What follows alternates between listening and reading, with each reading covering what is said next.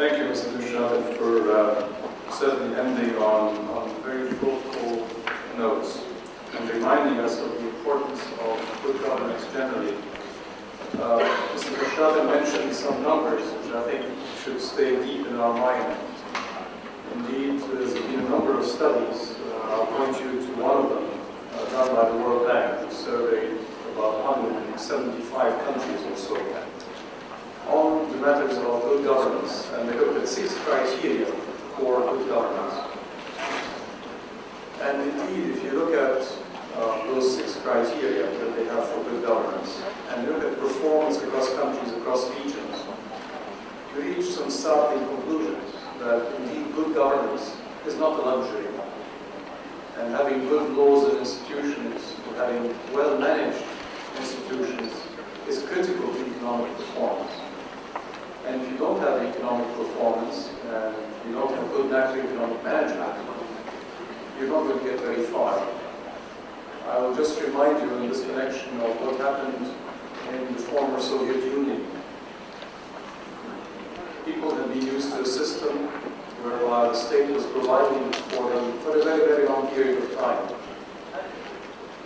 For over 90 years, 80 years.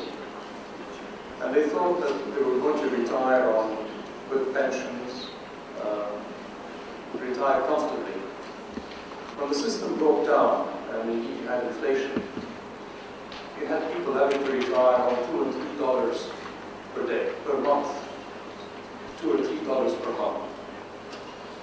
Enormous poverty ensued.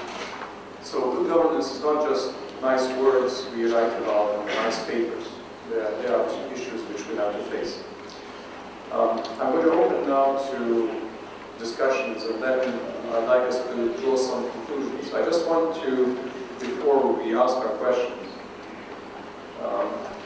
we've had 2 very excellent papers, but I want you to remind you, because that's my role as chairman, of the situation we have in our region of the world, where we've now had, for the past 15 years, some of the lowest economic growth rates in the world,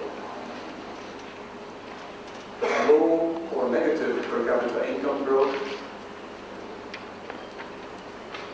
increasing poverty, where it is now estimated that something like 30% of our population is living on less than $2 per day. Of course, there are large differences across countries in the region. Some countries are very rich, with high per capita incomes. But if we look at, on average, across all our countries, there's a startling number. Something like 30% are living on less than $2 per day. So we're very wealthy, but we're also very poor. The other major comment on the macroeconomic side is that we're also having to live with very low total factor productivity. Total factor productivity growth has been practically zero. Most of the increase in output has come out of increased capital resources, increased labor resources, but not out of total factor productivity, which is the main contributor to economic growth. So we have not been innovating, so we've not been able to raise total factor productivity. And as a result of that, the productivity of our human capital, which is the major contributor to economic growth, has been very low, or practically nil. Other major aspect, which is of direct concern to social security issues, is female labor force participation. Our speakers perhaps did not mention it, but we have the lowest female labor force participation rates in the world. And yet, with time, more and more women are going to be joining the labor force as the economy has become more open and liberalized. It's been estimated that we need to create up to 40 million jobs over the next 10 years. If, however, women are going to participate more or less to the same extent as men, we may need to create up to 60 to 70 million jobs over the next 10 years. The issue is, where are those jobs going to be coming from? And how responsive are our institutions, including Social Security, to deep issues having to do with equity and fairness, in particular, insofar as women are concerned.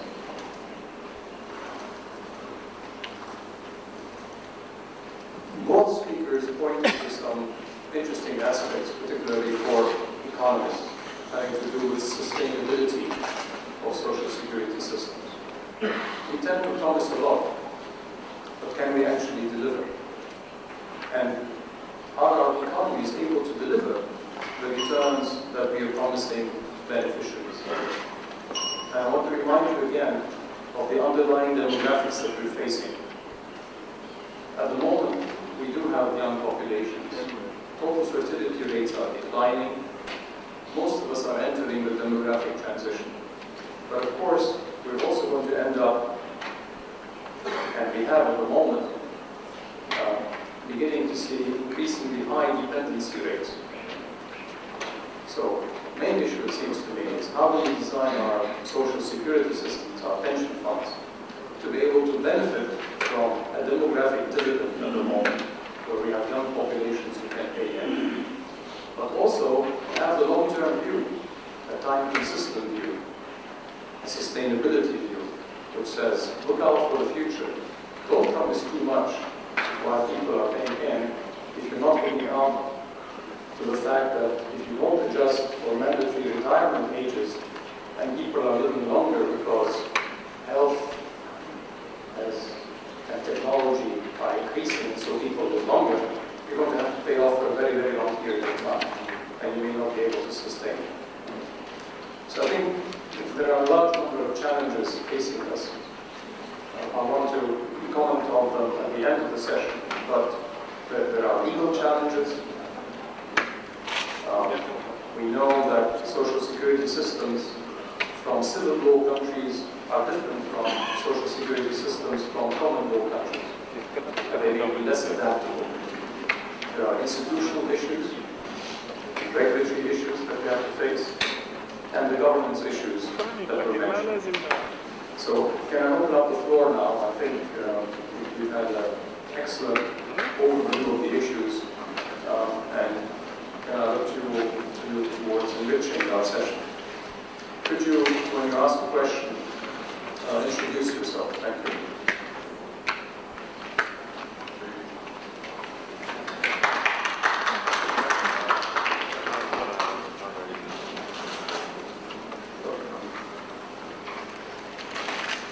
Do we have microphones, please?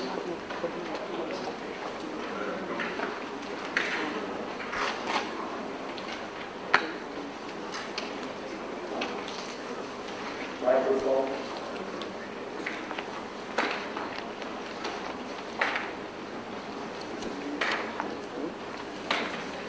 Thank you, Mr. Chairman.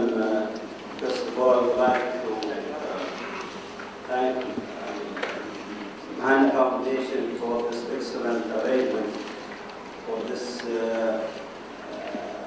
conference. I have been listening very carefully for the honorable speakers, Chris and Johan, regarding some very important issues concerning the benefits and the contributions. Mr. Chairman, I believe both speakers have emphasized on a very major point concerning the whether the defined contributions or the defined benefits and all the benefits and contributions in general, and what is the consequences for each one of those main principles. I really believe that in a society, especially in our area, in the region, that the social impact is still a very important issue. As we see that the pensioner, when he retires, he is still responsible for a lot of dependence. I mean, dependence not only the wife and the children, some of the schemes in the region would allow the father and the mother and some other dependents to be benefited from the pension income that is going to be received. And we take into consideration that the strategy investment of these funds for a long time strategies, not so short time strategy, and the benefits of these institutions will take long time to be paid. I mean, after the retirement at the age of 60 or 65, they may be longer for 20, 30, 40 years. If we take the dependent, after them. So that will really entail a major financial impact on these institutions. So I would really appreciate if Chris or Mr. Johan would just elaborate more concerning take into consideration the nature of this society, whether the defined benefits of the defined contribution will be the most optimal solution in this case. Thank you, Mr. Chair. Thank you. I think it's an important issue and has to do with, is there an optimal design? Is there one system which is good for all society? And the answer may very well be no.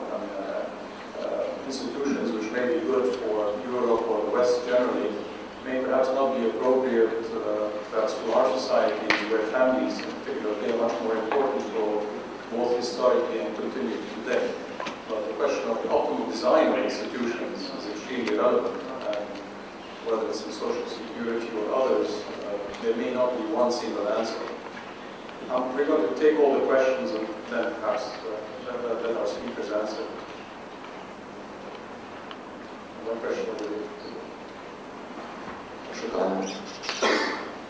وحيد جزء من الضمان الاجتماعي المغربي. أنا أود أن أشير على سبيل المنهج وأضيف إلى مداخلات رئيس الاشتراك الرئيس مداخلتين وزير العمل اللبناني ومداخلة مدير عام الصندوق الوطني للضمان الاجتماعي اللبناني الذي أثارني بأن ركز على مبدئين أساسيين والذي أعتبرهما من عمق العمل الاجتماعي لكي لا أتحدث عن الضمان الاجتماعي. قال وزير الأعمال أكد على دور الدولة كطرف إنتاج في استراتيجية وطنية من أجل الحماية الاجتماعية. وقال الدكتور كركي في آخر تدخله أريد المنطقين أن يتوجهوا إلى شمولية الضمان الاجتماعي، التحول التدريجي من التكليف المهني إلى التكليف الاجتماعي. وأضيف إلى هذا ما كرره في اجتماع فانكوفر الوزير بوشنا بطريقته المعهودة في التدخل، أن أكد أكثر من مرة على أن الضمان الاجتماعي هو شغل سياسي أساسا قبل أن يكون شغلا اقتصاديا وتقنيا. ومن هنا السيد الرئيس وقت كان أبدأ في تحدد وتخفف بكل منيح وإذا ممكن كل واحد يعرف عن شخصه. أنا عرفت. نعم شكرا بس لله. فالوضع في العالم العربي انطلاقا من ما قيل وما أثير وما أثرني هو العنوان المؤتمر الإقليمي السابع هو التقاعد التأمين الاجتماعي. لست أدري بأي منهج وأي منطق نحن نفرق بين التقاعد والتأمين الاجتماعي. في الوضع العربي معروف بغياب استراتيجية عربية واحدة من أجل التأمين الاجتماعي. أنا لا أتكلم عن منطق عربي بل استراتيجية عربية. فالوضع الديموغرافي هو وضع غير الوضع الأوروبي. الهرم الديموغرافي في العالم العربي هو هرم صحيح، معناه قاعدته شباب. الهرم الديموغرافي الأوروبي هرم معقوف مقلوب وبالتالي مما يشكل بالتالي عبئا على صناديق وسياسات الحماية الاجتماعية في أوروبا. الوضع الاقتصادي العربي منذ الثمانينات، منذ دخول البنك العالمي البنك الفيدرالي صندوق النقد الدولي على الخط يمتاز بانكماش في الدور الاقتصادي للدولة وانكماش لمخططات التنمية الاقتصادية والاجتماعية، وبالتالي عدم عدم وجود قطاع خاص شجاع يبرز أهمية السوق الداخلي. الوضع العربي على المستوى التأميني، وهذا هو الأساس، هو أن هناك وضع عربي مشتت. هناك أنظمة تعتمد على المبدأ البسماركي للتأمين، وهناك أنظمة تعتمد تقريبا على المذهب البيفريجي للتأمين، وأشير إلى الصندوق إلى السياسة الدينية، وهناك أنظمة تعتمد على النظام التقليدي البريطاني. كيف يمكن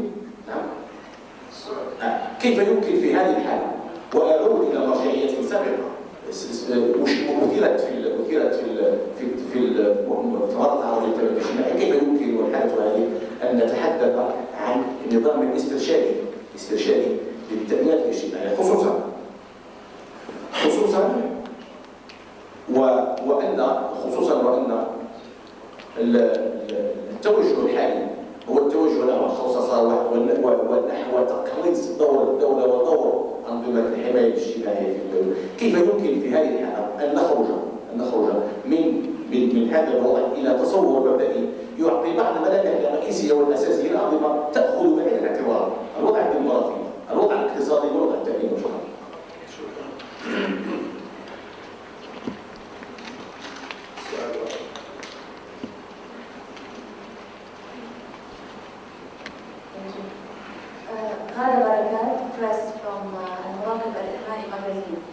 My question is for Mr. Johan.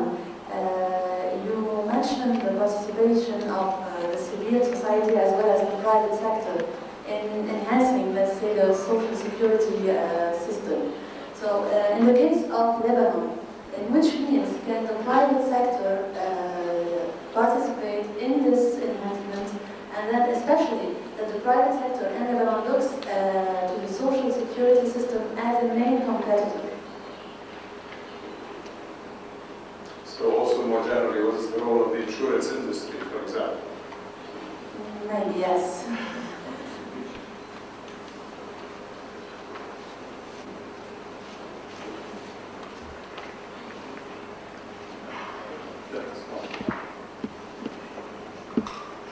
الحقيقة أنه الكل يعلم بأن هناك صعوبات مالية.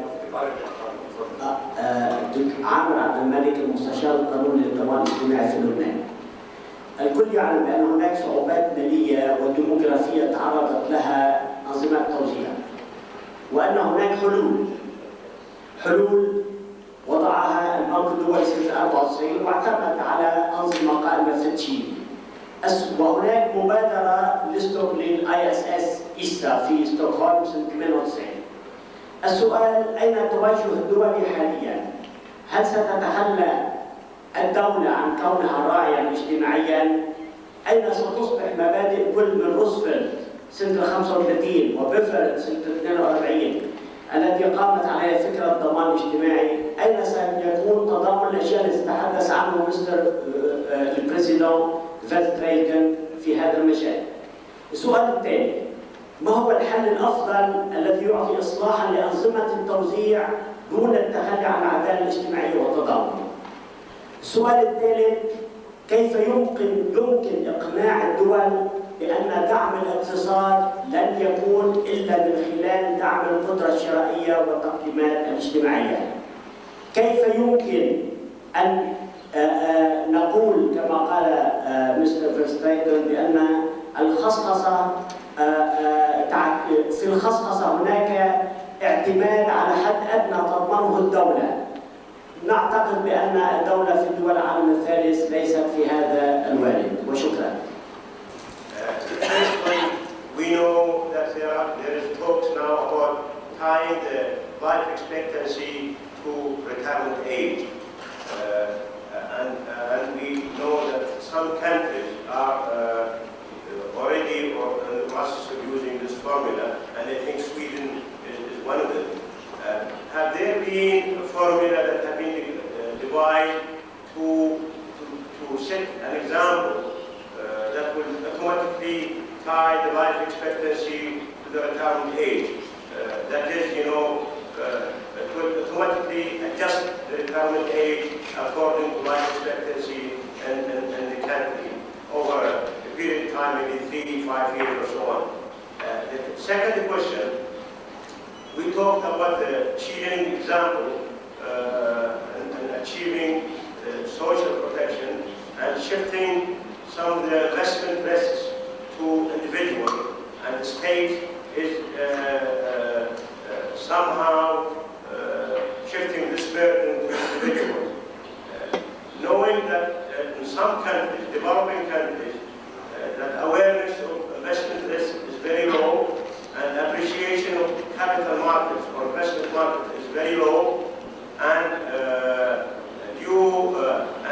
in light of the experience in the last 2 or 3 years in the capital markets and equity markets, I would like to know how is the Chilean example of doing like these two factors. And in our countries, in the Arab world, we know there is a little appreciation of investment risks and awareness in that side.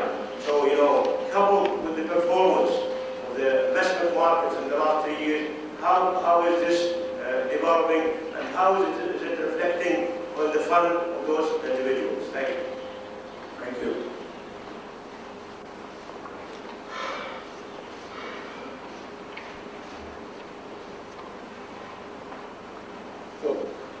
Thank you very much. My question actually is to Mr. My name is Emar Abdelrahman from Pension Fund Commission in Bahrain. My question is to Mr. Chris. Now there is two systems, defined contributions and defined benefits. How these two systems work in isolation, and you know that the social security organizations and the pension funds all over the world are facing the problems that the contribution received almost close to the benefits paid. The question is, do you think that whatever the system is used, it will reach to a point that younger people finance the retirees and the beneficiaries? And the second question is, you mentioned that in one of your slides that new approaches to financing is shifting some cost to general or to general revenue. Can you elaborate more on this point, please? I'll take one more question, allow the speakers to respond, and then take another set of questions.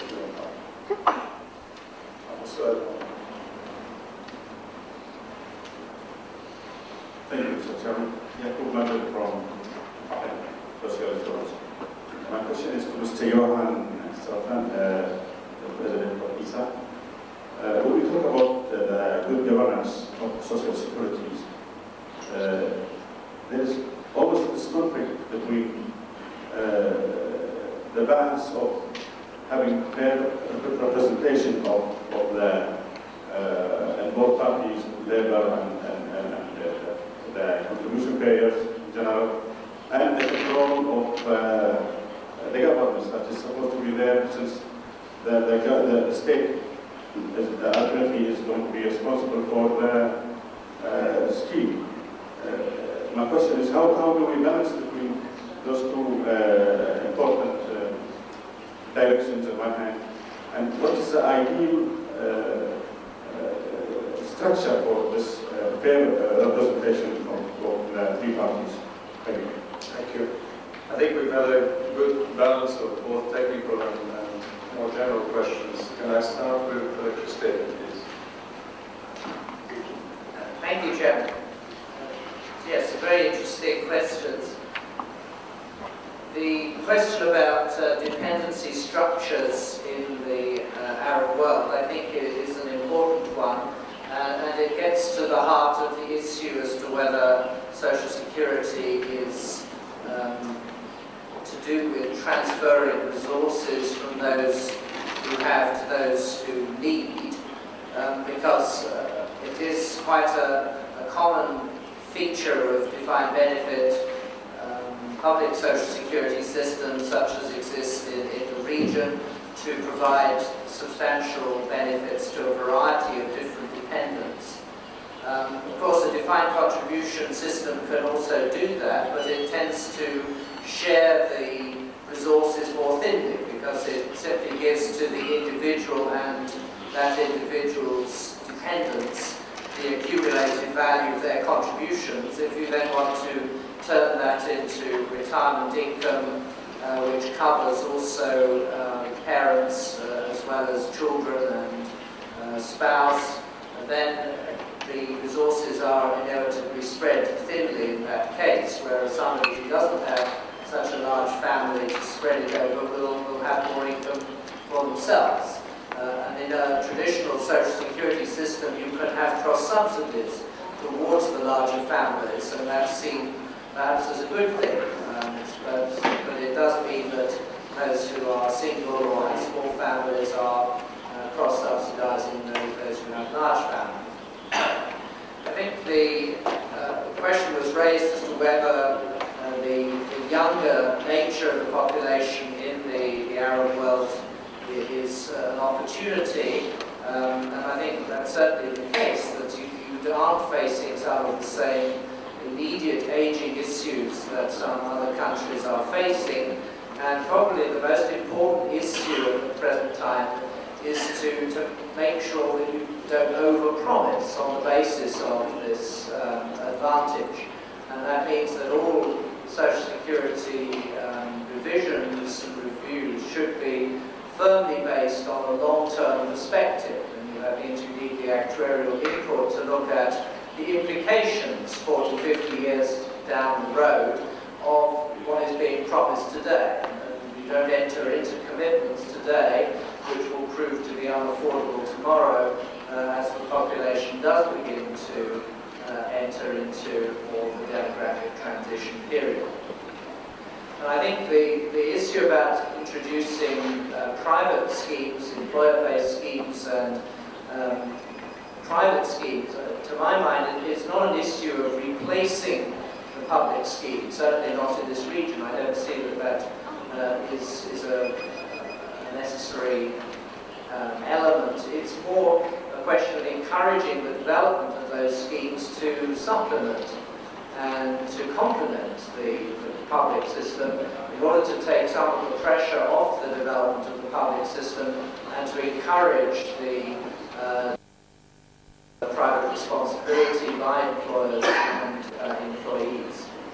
And so when you talk about, I think one speaker said, how relevant is the World Bank sort of model to the Arab world, well, I think it needs to be adapted. In fact, modern thinking in the World Bank is to adapt the model to each country's situation, although that doesn't always come across in the polemic of some of the protagonists of the World Bank system. But the aim is to have a multi-pillar system which has an appropriate first pillar to what the country can afford and which is appropriate to their need for social protection, to which is added the private funding system. Now, the World Bank do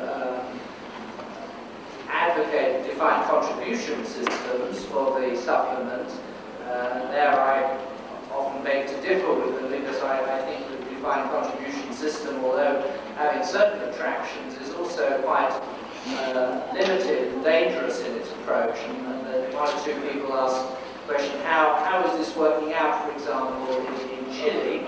I think in Chile it worked very well for 15 years or so because they had exceptional real rates of return.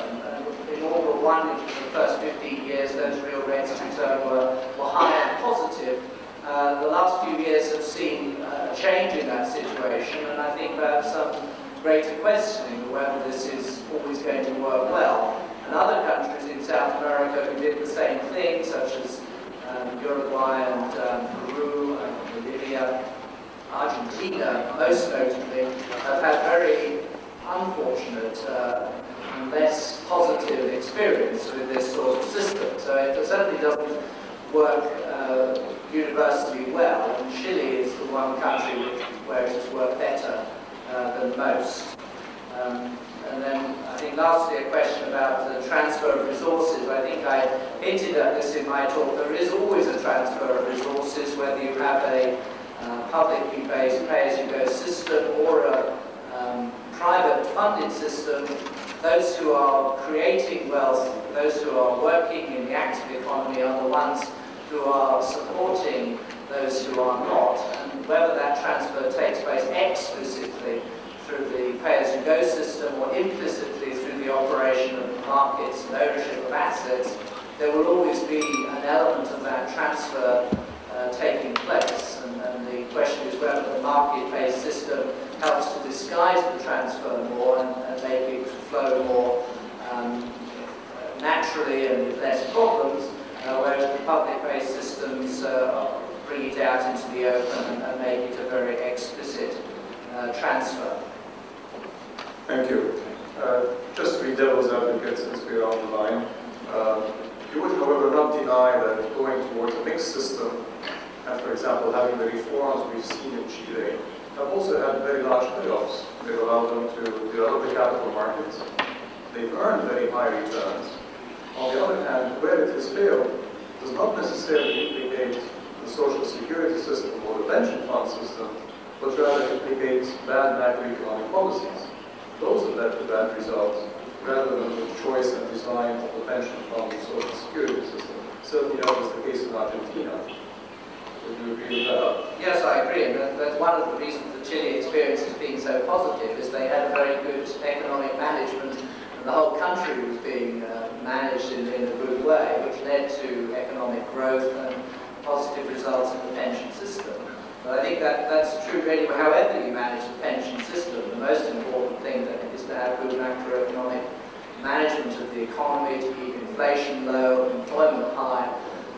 Those factors will help it to be possible to provide pensions either through a pay-as-you-go system or a funded system. If those elements are good, then the pension system will be easier to manage. Thank you. Mr. Bashar. Thank you, Chairman.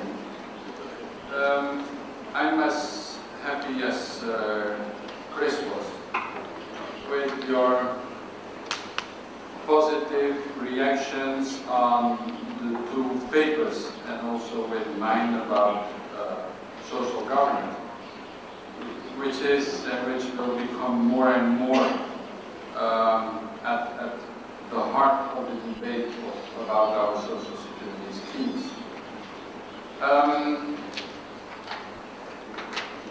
You will not be surprised when I will be defending compulsory social security schemes, because it's the purpose of this.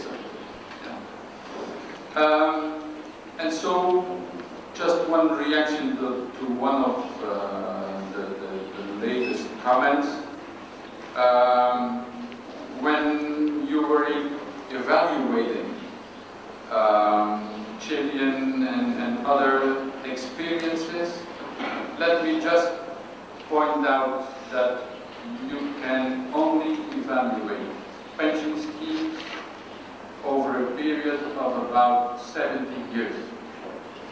I mean 45 years of possible labor market participation, and I hope to everyone at least 25 years of retirement. So I'm not that much impressed by an experience of 15 years, which was already the longest positive experience somewhere in the world.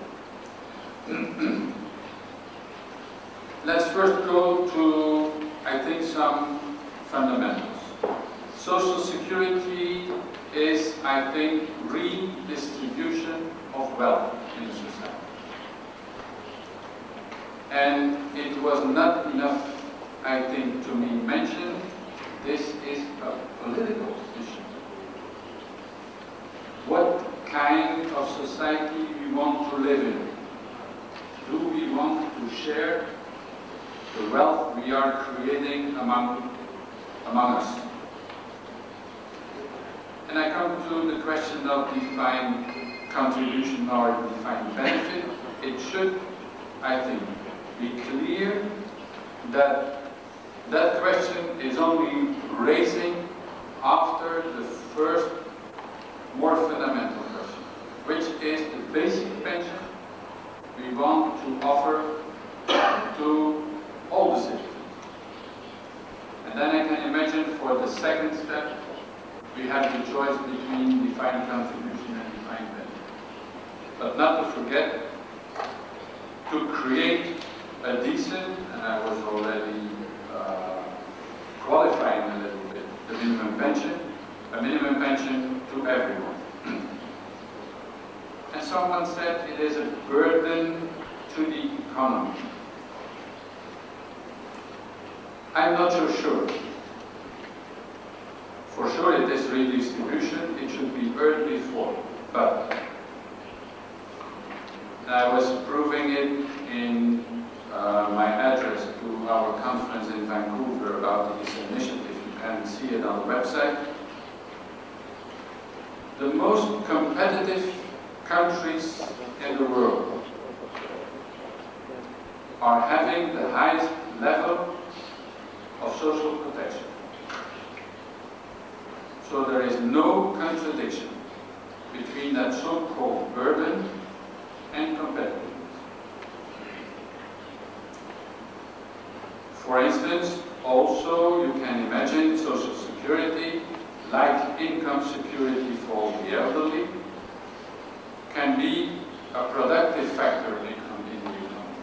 If you maintain purchasing power, and certainly for the elderly, it's an important moment in their life. So defined contributions and defined benefit, a clear answer. I think there is only one difference, and Mr. Suleiman was already stressing on it, there is only one difference, it's shifting the risk from the state to the individual. If you can manage that, if you can guarantee that you are creating an environment in which the individual can make his choice. Secondly, is making his choice. Some may be not making a choice because they want to consume immediately. And what is pension insurance? It's transfer from purchasing power from this generation to the elder generation. In any way. Yeah. So I think those are the principles to respect. The comparison was made to our, well, I'm coming from Belgium, our European systems. Well, don't forget we made 100 years over our level of social security protection. So, and we are trying to do it better and to improve now, so please take in account what we were doing wrong. And for example, what was wrong? At the very start, we were protecting those who were rich. I mean, those who were at work. And I come back to what I was stating some moments ago. Start with a minimum protection, a decent one, so that at least everyone is protected by the overall solidarity. I understood the question of Mrs. Barakat as how civil society can participate in private sector or when private insurance companies are managed or are managing social security. Yeah? It has to do with governance of those such schemes where private sector is managing entirely or partly social security in a country. Unfortunately, there are no examples, even not in Germany. And our colleagues in Germany are so disappointed about it, that when party. Pension insurance is for a starting level of 5%, but it should evolve, is confined to private sector. And when they were building up supervisory and regulatory bodies, that even not in the supervisory body there was a participation of the social partner. Although you can easily conceive that then when they are not at the execution level, at the managing level, they should be at least at the supervisory board. They are not. I think this is an important correction to be made, that at least participation is structurally organized at that level.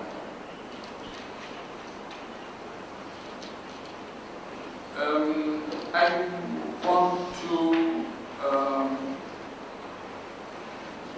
balance the fair representation there where the state is redrawing and less responsible. I think in ideal structure, Mr. from Bahrain was asking for and was claiming, is that when they are at the administration of the public funds, and when partially or completely they go to private sector, and there is all the prerequisites are accomplished for a decent controlling and regulatory body, that there they should be at least at the supervisory. I think it's rather difficult to have them at the regulatory, because to me, regulatory, you have the participation and the balance through Parliament. Regulation should be properly done in Parliament. Yeah? But direct control from the users, you can say, should be at least done in the supervisory body, which is easily conceivable, but which was not done, and I don't think so in Sweden either. Thank you. I think our organizers are telling us the dinner bell is ringing, but I'll take a liberty of taking, I know that this was an interesting session for everybody. I think we can take perhaps 5 minutes. I'll allow 3 questions, and then our speakers to answer, and then I'll have some concluding comments. In the middle of that. So, we can have just quick questions because our time is running short. Muhammad Soil Development Oman. We had this morning, one of the main themes coming out this morning was that we need a strong institutional organization to have viable security systems. We also this morning from His Excellency we heard human rights, Mr. Vice President talked about good governance, fairness, accountability, and transparency. I think we're shying away from the crux of the matter, and I would like to raise this here. This to me is really, from a political scientist point of view, say utopia. If you look at the reality of our region, especially the Gulf region, we are basically used to state provision for social amenities, hospitals, roads, we have been built by the oil wealth. Most of us don't pay income tax even, so the fiscality of it is not there. Civil participation, we have just started. In Oman, we have the Shura now, we have the state law. Qatar is starting, and is that mentioned recently. Kuwait, you know, is experiment. So my question really is, with these realities, how do you see these current realities, and what do you see in Pakistan? And these governance principles that you talk about, that both the government and the people can decide what is best for their national security. Yeah, good. Please. Ayman Food Bankers Assurance Lebanon. My question is addressed to Mr. Firstaten. In Lebanon, we have associations, professional associations that are running their own private pension schemes. These associations are private, voluntary, and self-government. Is there any particular recommendation to enhance governance of such type of organizations? Thank you. Good question. I think that we are now at 650 or so unregulated. Shahid Ismail from Petroleum Development Program Pension Fund. Going back to defined contribution, and I get it from Johan that the pension is not exposed if this type of pension scheme is adopted by the company or whatever. My question, because you mentioned that the minimum standard of living would be guaranteed by, I guess, the contribution that the company will be paying. But how would you determine the adequate contribution rate? Because what we have seen in the market during the last 3 or 4 years, that percentage would be just taken off and the pensioner would be exposed and would affect the economy eventually. Thank you. Can we have quick responses from both speakers? Mr. Mushtaq. Well, with all my respect, for sure, the social security scheme must be implemented. But you need a full awareness of minimum standards to respect. For example, if you move to a defined contribution system, you know you are shifting, or you should know you are shifting the risk to the individual. That's why I think social governance is not so far from the other issues you will tackle tomorrow, the day after, etc. I'm a believer, you know. Private voluntary pension plans, to me, as the president of an association defending the compulsory pension protection, is proving that there is contributing power in the country. The problem is, how do you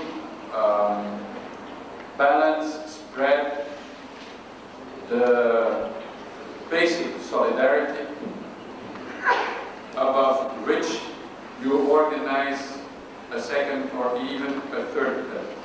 Yeah? And I agree there should be room. But on the other hand, like Professor Nicholas Barr was proving, that you hardly can use the argument that those are contributing to the investments in the country. Because it's not proof that that contribution to voluntary pension plans comes above the whole overall effort you are doing anyway to ensure income security for the elderly. The contribution, I think the level of the basic pension financed by solidarity, by general means, by state budget, should be at least at the level of, or in relationship, in a decent relationship to the average income in society. And the choice can only come above, which is contributions by workers, and for the periods they are working. And many schemes, when people get unemployed, when people get ill, there is no contribution, and so there is no benefit. Yeah?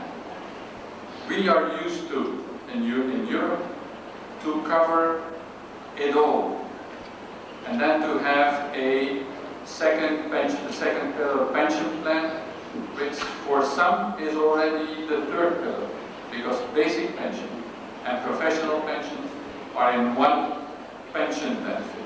Yeah. So at least you should start with a decent level of not with public pension and financed by general means by state budget, and then to create a professional pension by contribution, professional contributions. Thank you. Chris, concluding comments, please. Yes. The question about defined contribution having the possibility of some minimum benefits. Defined contribution really just means that the benefit is accumulated in some way from the contributions paid in. It is possible to design it with some minimum benefits, but somebody has to pay for the guarantee. So it could either be a government guarantee, as in the Chilean or Mexican system where there is a government underpin of minimum pension, or it could be an institutional guarantee provided by the insurance company, for example, that delivers the defined contribution pensions, as in the systems they have in Denmark and Switzerland, where there's a sort of with-profits insurance contract underpinning the defined contribution pension. Or it could be the employer who provides the guarantee. And there are some countries like the UK, there are some so-called hybrid schemes which are defined contribution, but there may be some underpinning defined benefit. But that has to be financed by the employer, because it doesn't necessarily come out of the accumulation of the employee's contributions. On the question of professional pension funds in Lebanon, I think that's a much bigger topic than I can really answer now. You need a regulatory system, you need some government standards, and you probably need regular requirement for actuarial evaluations of the schemes. So that's a big topic. A couple of things to the left from before, as the automatic change to retirement age. Yes, you can have a formula. It's a question of whether it's politically acceptable to keep changing the retirement age. And does it work? Because people's retirement patterns don't necessarily follow exactly what's happening to retirement age. They reflect what's happening in the labour market. And on general revenue, there are lots of things that could be done in a country where there are other tax mechanisms other than income tax. It might be oil tax, or it might be value-added tax, or some other means by which the government collects its revenues. Those revenues could be used to finance Social Security, as indeed they are in some of the Gulf states. Thank you. Mr. Mann, I will just allow myself time, given our populations are still young, given that we're still starting off with, in many cases, with a demographic transition, to rethink the design of our social security systems. What do we want to see? How should we do it? We're rightly reminded that social security systems have got to be very dynamic. We have to have a very long-term view of that. We need to think about time consistency of all our systems and make them sustainable. They're also typically strongly related to labor market decisions. We didn't talk a lot about that this morning, but it's clearly very important. What age you time for labor retirement, mandatory retirement, makes a big deal of difference for how your labor markets perform. We need to rethink the role of our capital markets. They are severely underdeveloped. As a central banker, I face severe restrictions on the ability to conduct good macroeconomic and monetary policy by the absence of having well-developed capital markets. And those could be helpful both for social security and its governance and reaching efficiency, but also on macroeconomic performance. I wanted to remind you as well that the issues we've talked about in terms of transparency, accountability, and equity or fairness are critical issues, and that we do need to address poverty issues. The studies I've seen, Mr. Prashad, suggest to me that Social Security, in many cases, has given a lot of benefits for the rich, not necessarily for the poor. The poor die at birth, they don't live as long, they don't benefit from health services, they don't benefit as much from educational services, and they die much younger. So a lot of the benefits don't really go to the people who want it most. So we have a moral responsibility when we think about how we design them to perhaps rethink our laws and institutions and regulations to really address deep social considerations. And in particular as well, to come back to gender issues and having more equity towards women, I think is a major issue we should address. Thank you very much.